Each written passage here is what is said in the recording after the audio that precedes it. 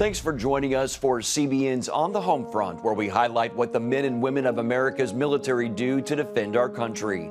I'm Mark Martin. While the Pentagon has ordered the withdrawal of most U.S. troops in Syria, others are now heading in to secure the country's eastern oil fields and ensure ISIS can't use the revenues from that oil to reconstitute their failed caliphate. But Chuck Colton reports the Turkish military is taking advantage of the fact Americans have left the northern buffer zone, with devastating consequences for the civilians in that area. Turkey and Russia now patrol northern Syria side by side as Turkish President Erdogan moves ahead to annex much more land bordering his country. Local Syrians showing their displeasure, with some pelting a Turkish patrol with rocks near the town of Derek. One protester was run over by a Turkish vehicle and later died. Turks fired what they claim to be tear gas to disperse the protests. The questionable chemical, however, sent 10 unconscious people to the hospital, a result rarely caused by tear gas. Doctors at this hospital in Tal Tamr have treated more than 700 casualties so far. The Kurds in this area have faced so much injustice from this invasion, and we sometimes feel powerless to stop the bloodshed. So this reconnaissance we're doing of the frontline area here just south of Sarikania shows that this YPG position is surrounded on three sides at the moment by the Free Syrian Army, off to the west, to the north, and to the east. But they're not quite as worried about being attacked from those positions as they are about indirect fire. That's mortars and artillery, because they just had a round land back behind them. They don't know if that's like a reconnaissance by fire or if the enemy's actually bracketing them to try to bomb this target. The other thing we have to worry about is what we can hear overhead right now, and that's the Turkish drones circling, looking for a target.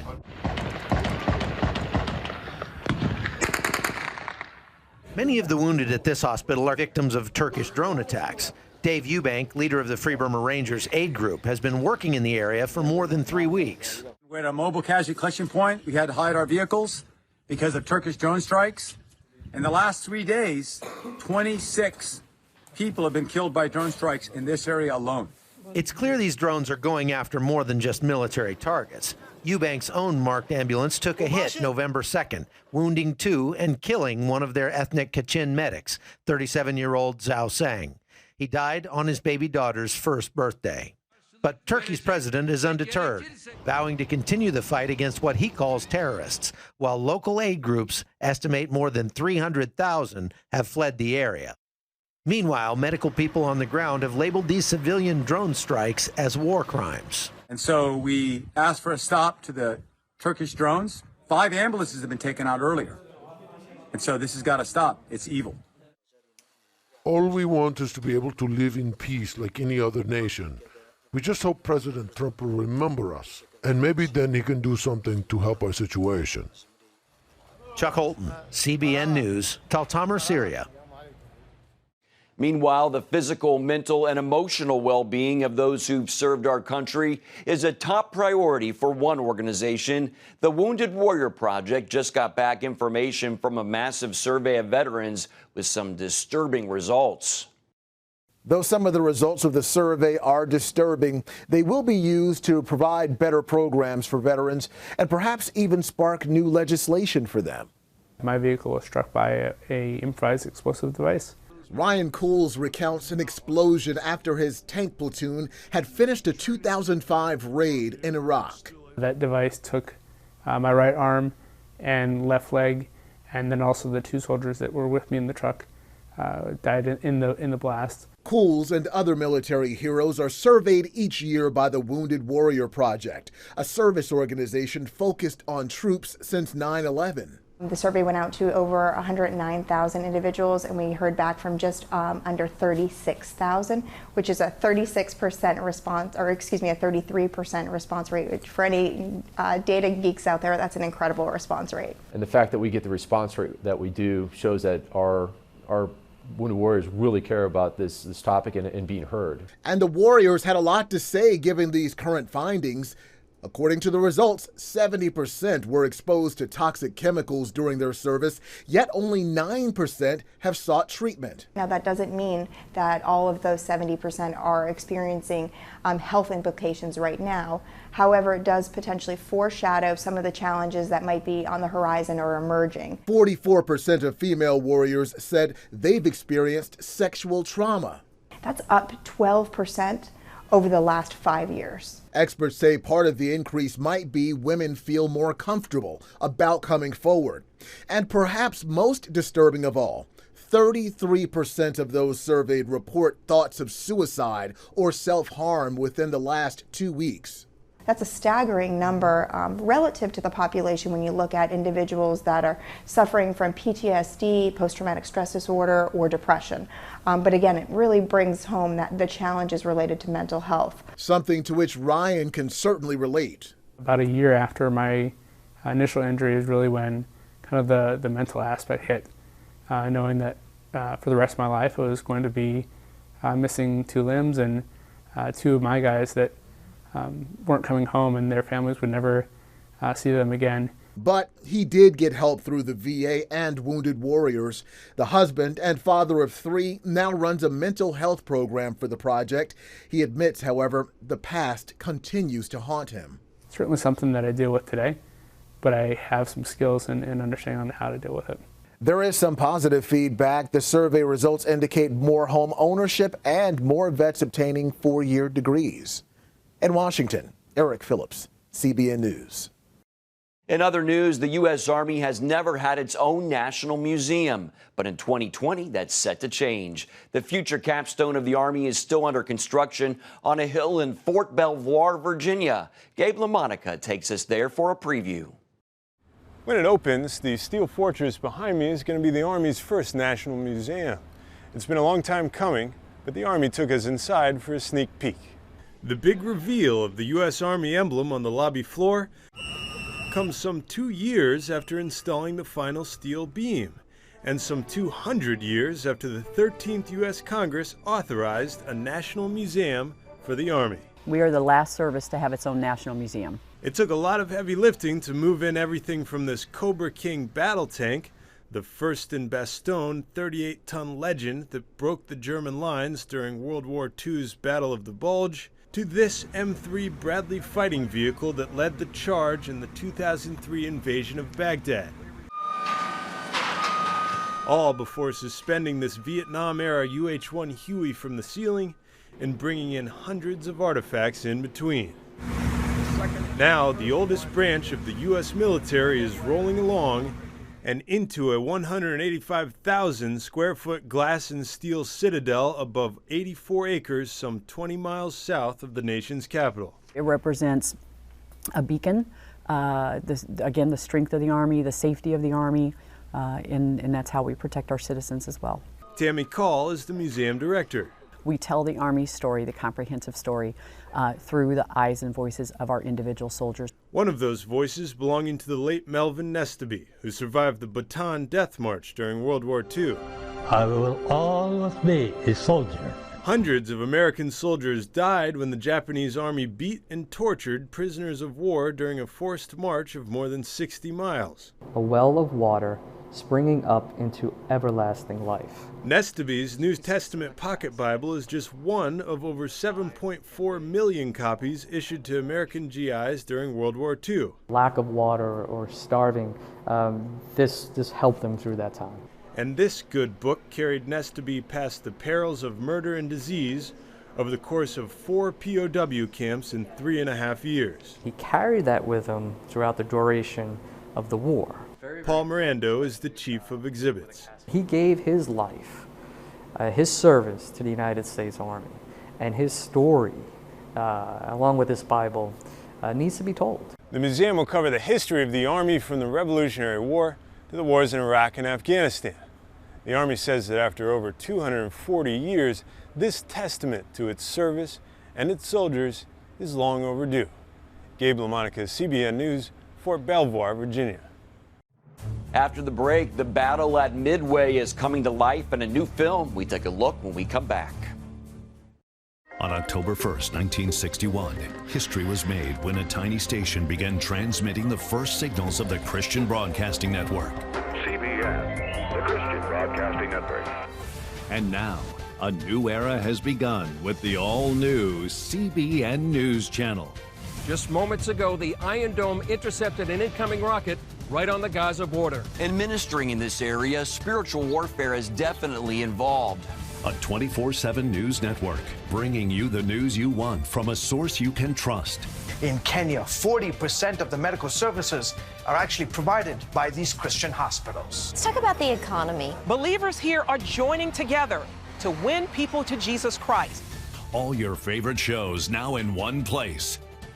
Go to cbnnewschannel.com to find out how to get the CBN News Channel on your TV all day, every day. CBN News.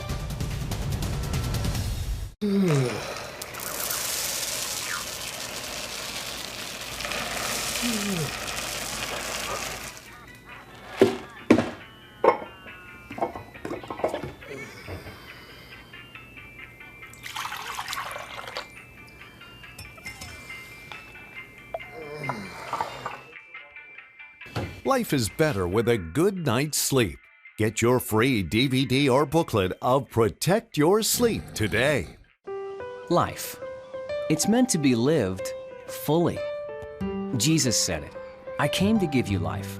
Life to the fullest. Life in your family. Life in your finances. Life in your body, mind, and spirit. Life in your everyday. At CBN.com, we're taking what Jesus said seriously. We're here to help you discover life. Life. Live it fully. CBN.com. Welcome back to On the Home Front. It turned the tide of World War II, the battle at Midway, and now the epic story of the miracle men who fought in that conflict comes to the big screen today. Ephraim Graham brings us this behind-the-scenes look at Midway from Hawaii. Old photographs and newspaper clippings, memories of the miracle men of Midway, who used instincts, fortitude, and bravery to overcome the Imperial Japanese Navy and turn the tide of World War II in the Pacific, 6 months after Japan's attack on Pearl Harbor. Cut from this image. Independence Day director Roland Emmerich brings the battle to the big screen in Midway. The situation in the Pacific is far worse than reported. Pearl Harbor is the greatest intelligence failure in American history. Present! Fire! The Japanese are planning something bigger. So what's the target? We believe it's Midway. Washington disagrees. Washington is wrong. So you're from Germany, correct? What was it about this piece of American history that fascinated you so much? I kind of saw a documentary 20 years ago, and I was just amazed how many factors in one battle have to happen, what decides a battle, and I just liked the richness of the whole tapestry. Emmerich uses the real-life experiences of those World War II leaders and sailors to tell this battle story. Yeah, maybe it isn't Pearl. Ed Skrein plays the role of dive bomber pilot and squadron commander Dick Best. Ed, describe Dick Best to me. He seems like quite a character. I mean, we see a number of Dick Best in this movie, yeah. Right? We meet him at the beginning as this New Jersey cocky flyboy, the type of guy who cuts out his engine when he's landing the plane just to prove to himself he can do it in case it happens in battle, you know? After Pearl Harbor happens, we see a relentless Best. We see him on a one-man mission to win the war all by himself, which we all know isn't possible. And then we see a fragile Best, you know, a lost Best, where he loses his confidence and this bravado, you know, due to fatalities and losses once he becomes a leader, you know, and after that we see him with the help of his best friend Clarence Dickinson, played so brilliantly by Luke. He gains this emotional intelligence, this emotional literacy, and becomes the leader perhaps he was born to be and that his team needed. Now, Luke, you played Clarence. I understand you actually paid a visit to his grave in Hawaii? I did. What made you do that? I was here. We were filming in Hawaii for 2 weeks, and I just felt it was my duty to do that, I don't know the man personally, and I don't know any of his family members, but I just wanted to pay my respects to him, and hopefully he's looking down upon me, giving me his approval, So I just wanted to say thank you. And best, I'm bumping you up from XO. Dennis Quaid is Fleet Admiral William Bull Halsey. There's another rumor that your life may be in danger. Patrick Wilson is Intelligence Officer Edwin Layton. For both of you, what would you say your characters taught you? For you, what did Bill Halsey teach you? For you, what did Edwin Layton teach you? The dedication, the passion, the service to your country is something that that doesn't go unnoticed. I think by us and by a lot of people that don't get the opportunity. Anytime it's country over politics. That's what patriotism is. It's certainly not about Washington. It's about this man-to-man relationship. Yeah, I think it's a good reminder that there were times, and there still can be times, when our country is a united country in spite of differences of opinion and all the rest of it. We got the order to launch. We need to throw a punch so they know what it feels like to be hit. We're talking about a couple dozen planes against a whole Japanese fleet. This isn't a fair fight. Your thoughts on both of you, just the story itself. I mean, reading about it in history, to know that these men were outgunned, outmanned. I mean, 6 months earlier, and then they managed to pull this off. War is chaos. It's absolute chaos. And I guess what's really inspiring is that, with the sheer unpredictability of so much, you still have people showing up. I don't know how to lead these men. They'll follow you anywhere. If you know that you came through when people are counting on you, you'll be able to face anything. Ephraim Graham, CBN News, Honolulu, Hawaii. Up next, as the story of the Battle of Midway is on the big screen, we talk with one historian about the significance of it and why a pilot who fought in it said, "Never call me a hero."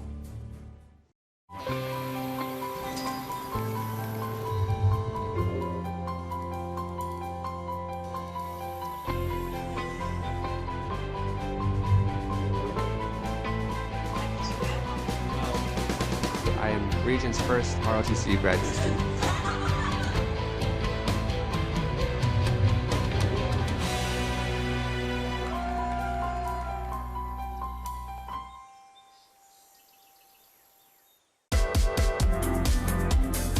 Meet the pastors who are preaching the gospel in a fresh, fearless way.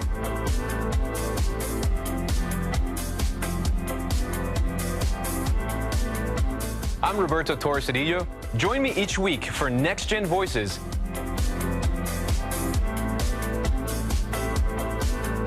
And watch God transform a generation.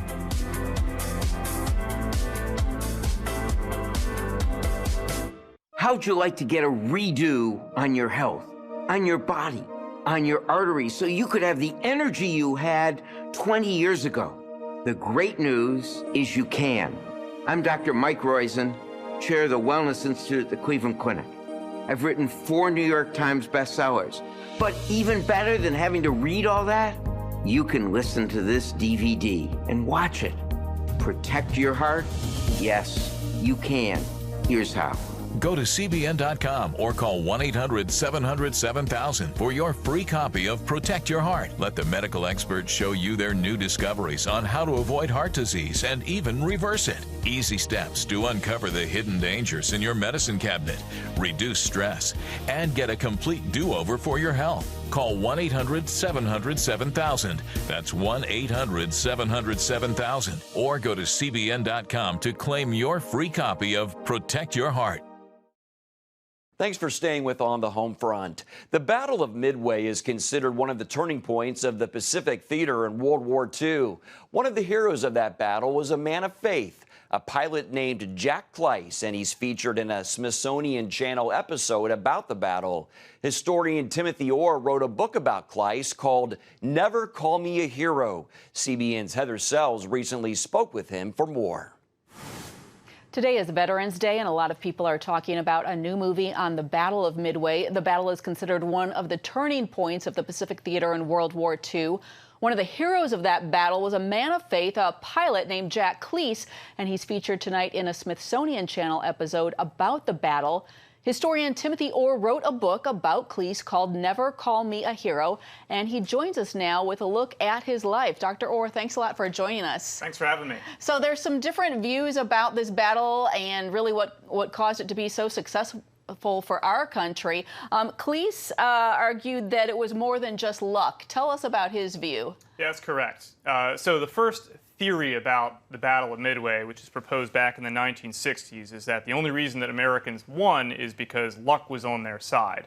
As Kleiss argued throughout his life, he said it was more than just luck. It was about the skill, the training that went into preparing American aviators to fight the war, and he says it was all due to his friends, his fellow pilots, how they won the battle. All right, and I understand that Kleiss was significant in the battle as well. What did he do, and what did his friends do that was so significant? Well, Kleiss was part of a dive bomber squadron, and that is a type of aircraft that flies up to about 4 miles high. And when they come above an enemy ship, they nose downward, and they plummet towards the Earth at about 275 miles an hour. And then when they reach their release altitude, about 1,500 feet, they drop their bomb, sustain about an 8 or 9 G pullout, and then hope that they have struck the enemy ship they're aiming for. And so Kleiss is part of the contingent that destroys the Japanese aircraft carriers on June 4th, 1942. He is responsible for hitting 3 Japanese ships during the battle. He is the only American pilot to have such a high hit ratio during the engagement. Oh, wow. And I was reading that he died in 2016 at the age of 100. Incredible. And that he was the second to last Navy pilot from the battle, still alive at the time. You have said that he was a person of deep faith and that his mission, one of his missions he felt like at the end of the life was really to tell his story and his view of this battle. Tell us more about who he was. Yeah, I mean, he was a deeply religious person. He converted to Catholicism during the war, married a Catholic woman from California. And one of the things that was very difficult for Dusty in the later years of his life was trying to understand why so many of his friends had perished during the battle, and yet he was left behind to carry on the story. And his solution, what he decided through prayer, was ultimately that he thought God had given him one final mission. That was to live long enough to tell the story so that Americans could remember those who made the ultimate sacrifice in June of 1942. So powerful. And what's incredible, too, is to think back in time. This was just 6 months or so after Pearl Harbor. So the nation, of course, was just feeling, that effect. Talk about how significant this Battle of Midway was to the war at that point in time. Well, you said it. The Battle of Midway was a turning point. So at the time, Japan was winning a sweeping host of victories across the Western Pacific. They had clobbered the American fleet at Pearl Harbor. They were surrounding the American army in the Philippines. They had taken the American possessions of Guam and Wake Island. It was a slew of Japanese victories. And to use maybe a sports metaphor, you would say that Japan was on the 5-yard line ready for the goal. And so the Americans had to win a victory, and Midway was their last opportunity to do it, to stop the Japanese onslaught. Because, quite frankly, if the Japanese Navy had taken Midway Atoll, it is likely that their next target would have been Hawaii. And if they had knocked Hawaii out of the war, the U.S. could not have carried on a war in the Pacific and would have changed world history, most likely for the worst. Incredible. And you've got a copy of the book that you wrote about Kleiss, and he apparently said, "Never call me a hero." Yeah, he was a very modest individual. He said the only heroes from World War II were those who perished. He was simply among the lucky few who lived long enough to survive and tell the tale. So he frequently told us, "Never call me a hero, only a lucky fool." Don't go anywhere. We'll be back right after the break. Too often, we carry baggage from our past. You know what it's like. It affects everything and everyone in our lives. It's always there, weighing us down and keeping us from achieving true happiness. But do you know God never meant for us to be trapped in the past? You can be free of your baggage. Learn how God's forgiveness leads to changed lives and new beginnings. Call the 700 Club. I'm Ephraim Graham, and this is Studio 5. Cruise with me as I discover the good things happening in the world of music, sports, television, and movies. The fact that Ryan Coogler was going to be directing the film, I knew that something special was going to happen. We'll chat with artists at the forefront of entertainment and explore the connection between popular culture and faith. I asked my pastor, I said, well, does that mean I'm supposed to be a preacher? He says, well, no, you already have a pulpit. Watch Studio 5 Wednesday night at 9:30. Tikkun Olam, This is our nature as a country. to make the world a better place. Literally, we felt the earth shaking. The Christian Broadcasting Network presents To Life, how Israeli volunteers are changing the world. This film needs to be seen by everyone. I was in tears. Now you can own the inspiring documentary To Life on DVD. There is blood on our hands if we know and we walk away. I'm so grateful that this film was made. To Life can be yours for a gift of $10 or more. Call 1-800-700-7000 or log on to CBN.com. We know that every minute counts to save life. It'll bless Israel, but it'll also bless all the friends of Israel. Discover the untold story of how Israeli volunteers are making the world a better place. Call 1-800-700-7000 or log on to CBN.com to get your copy today.